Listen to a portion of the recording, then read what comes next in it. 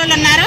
ఆఖరి ఆదివారం వాళ్ళు ఎవరు కూడా సంవత్సరం అంతా చర్చికి వెళ్ళి ఆదివారం మానరు. అయినప్పటికీ కూడా ఈ రోజు ఇక్కడికి వచ్చున్నారండి. అంటే ఏ రకంగా దేవుడి కన్నా ఎక్కువగా మేము అనుకుంటున్నాం. కానీ మమ్మల్ని రోడ్డు మీద తెప్పించి అక్కా చెల్లెములు అనేసి అన్నారు ఆయన. ఆ రోజు అక్కా చెల్లెములు కింద కనబడ్డాము రోడ్డు మీద ఉన్నట్టుగా. ఈ రోజు అసలు మమ్మల్ని లెక్క చేయట్లేదండి. కానీ మా యొక్క బాధని మీరు అర్థం చేసుకుని మా అంగన్వాడీ కార్యకర్తలందరినీ కూడా ఆయన ఒకసారి చూడాలనేసి, మా మాట వినాలనేసి, మా కనీస కోరిక తీర్చాలనేసి, ఎన్ని కోరికలు తీర్చినప్పటికీ నాకు కొడుకు నిండుదని చీరలు ఇవ్వడం వల్ల, సెలవులు ఇవ్వడం వల్ల గవర్నమెంట్కి లాభమేమో కానీ మాకు లాభం లేదండి. వాటి వల్ల మాకు పని ఎక్కువైంది.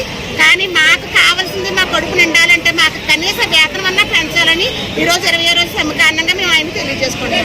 ప్రాజెక్టు మండల క్రియేటివ్ లీడర్ని.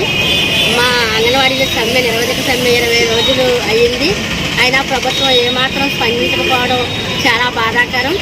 మేము ఈ పోరాటం ఇప్పుడుది కాదు, 2020 నుండే మాకు కనీస వేతనాలు కావాలని, గ్రాడ్యుయేట్ అమలు చేయాలని అనేక రకాలుగా మా యూనియన్ నాయకులు ప్రతి అధికారికి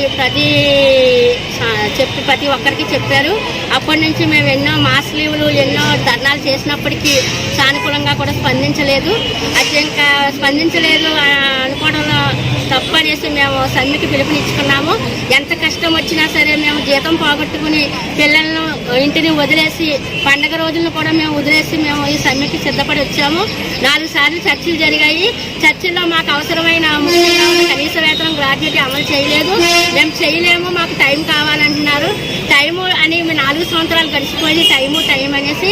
అలాగే కరోనా టైంలో మా అంగన్వాడీలు ఆయాలు వర్కర్స్ చాలా మంది చనిపోయారు. వాళ్ళకి మట్టి ఖర్చు కూడా లేదు. సామాన్య మానవులకే మట్టి ఖర్చేస్తున్నారు. మేము 60 సంవత్సరాలు ఇక్కడ సేవ చేసి 60 దాటాక మేము ఉత్తి చేతులతో వెళ్ళిపోతున్నాము.